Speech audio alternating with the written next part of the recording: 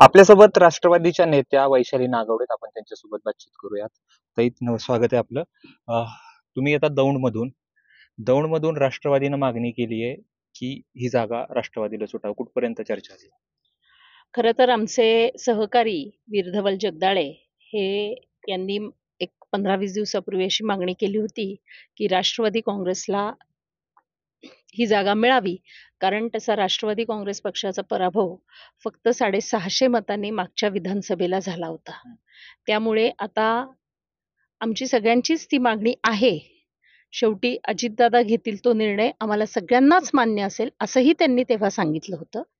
त्यामुळे आता चर्चेत काय होतंय ते बघावं लागेल. दुसरी गोष्ट आहे की सातत्यानं चर्चा रंगू लागलेल्या आहेत की रमेश थोरात हे तुतारीकडे जाणार. काय परिस्थिती सध्या दौंडची?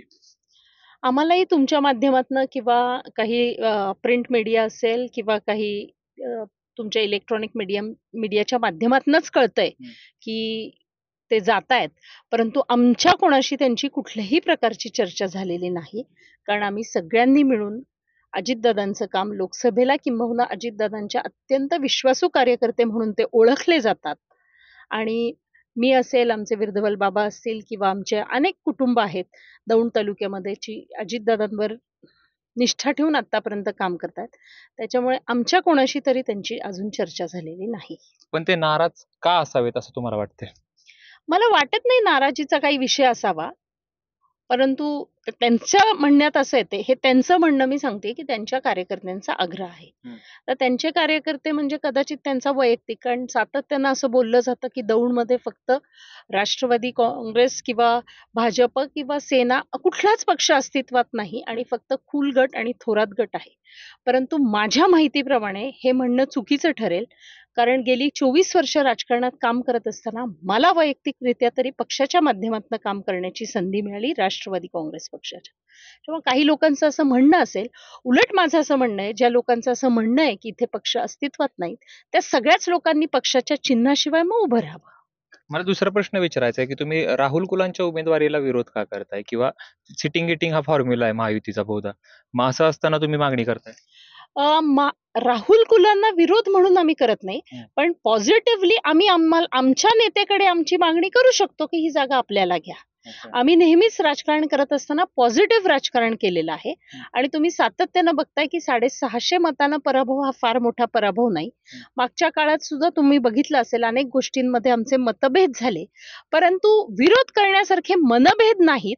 परंतु आमचा अधिकार मागण्याचा अधिकार आमच्या राष्ट्रीय अध्यक्षांकडे आमचा आहे आणि त्या पद्धतीनं आम्ही तो मागितलेला आहे. गेल्या काही दिवसापासून चर्चा रंगू लागलेली आहे की रुपाली चाकणकरांना पुन्हा एकदा महिला आयोगावर संधी दिली गेली. रुपाली ठोंबरेंनी सांगितलं, आम्ही नव्हतो का, तुमचं देखील त्याच्यामध्ये नाव घेतलं. कसं बघता या सगळ्या निवडीकडे? कुठेतरी अन्याय होते वैशाली नागवडेंना असं वाटतं का? खरं तर तुम्ही बघितलं असेल की 24 वर्ष राजकारणात काम करत असताना सातत्यानं पक्षाची ध्येयधोरणं लोकांपर्यंत पोहोचवण्याचं आणि निष्ठेनं काम केलेलं आहे. आता सुद्धा आमच्या पक्षात 2 पक्ष पडल्यामुळे कुठली तरी एक बाजू धरणं अपेक्षित होतं आणि त्या पद्धतीनं अजितदादांची बाजू धरलेली. माझ्या माहितीप्रमाणे माझ्यासारख्या कार्यकर्त्यांनी राजकारणात आल्यापासून कधीही राष्ट्रवादी काँग्रेस सोडलेली नाही. आणि परंतु सातत्यानं काही लोक येऊन वेगवेगळ्या पदांवर त्यांची भूमिका मांडत असताना त्यांना पद पाहिजेल असं म्हणत असतात. पण माझीही पक्षाला विनंती राहील की कुठलीही पदं देताना सगळ्यांना समान न्याय द्यावा. कारण शेवटी आता 2 पक्ष झाल्यामुळे प्रत्येकाला काही अपेक्षा आहेत. मी नेहमीच सातत्यानं तुम्ही बघितलं असेल अत्यंत संयमी भूमिका पक्षाच्या माध्यमातून घेतलेली आहे.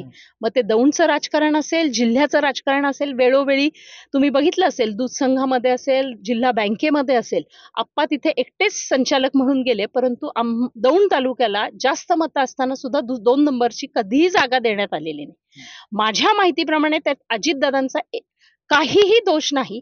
परंतु काही लोकांना आपल्या बरोबरीनं दुसरं कोणी तिथं नको असेल म्हणून कदाचित ते डावललं गेलं असेल. पण इथून पुढच्या काळात आम्ही अजितदादांकडनं न्यायाची अपेक्षा जरूर करतोय. परंतु गेल्या काही दिवसापासून सातत्यानं रुपाली ठोंबरे ज्या आहेत त्या सातत्यानं आक्षेप घेतात आहे. तुम्हाला देखील आक्षेप आहे या गोष्टीवरती?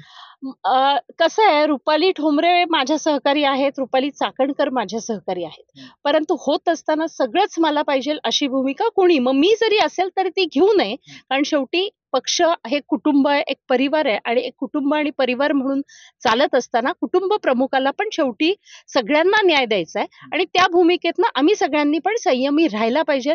आणि रुपाली ठोंबरेंचा विषय घेताल तर त्या त्यांची बाजू मांडतायत आणि त्यांचा अधिकार तो दादांकडे मागतायत. अच्छा. त्यांनी दुसऱ्याला विरोध म्हणून काही बोललेलं नाहीत असं मला वाटतं. त्यांनी त्यांची अपेक्षा दादांकडे व्यक्त केलेली आहे. आणि सातत्यानं आमच्या पक्षात तेवढी लोकशाही आहे किंवा दादांनी तेवढा फ्रीडम दिलेला आहे, तुम्हाला काय असेल तर मला सांगत जा.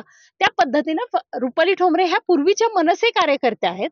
त्यांची स्टाईल थोडी आक्रमक असेल, पण त्या विरोध करत नाहीत असं मला वाटतं. त्यांचं म्हणणं हेच आहे की सगळ्यांना न्याय मिळावा. एक बारामती संदर्भातला प्रश्न विचारतो की गेल्या काही दिवसापासून जय पवार कमालीचे ऍक्टिव्ह झाले होते. युवक कार्यकर्त्यांची मागणी की बारामतीमधून जय पवारांना संधी मिळावी. कसं बघताय मागणीकडे?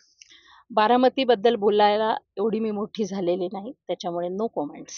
दुसरी गोष्ट, दादा लढतील असं बारामतीतनं वाटते का? कारण तुमच्याच शेजारचा मतदारसंघ असलेला शिरूरमधनं देखील दादांची चर्चा होती, परंतु पक्षश्रेष्ठींनी सांगितलं आहे, दादांनी देखील संकेत दिले आहेत लढायचं. पण तुम्हाला काय वाटतं, काय होईल? Boss is right and he will decide at right time.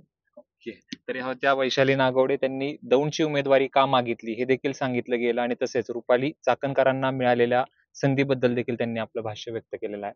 Camera person धीरजसह जयदीप भगत, एबीपी माझा, बारामती. एबीपी माझा, उघडा डोळे बघा नीट.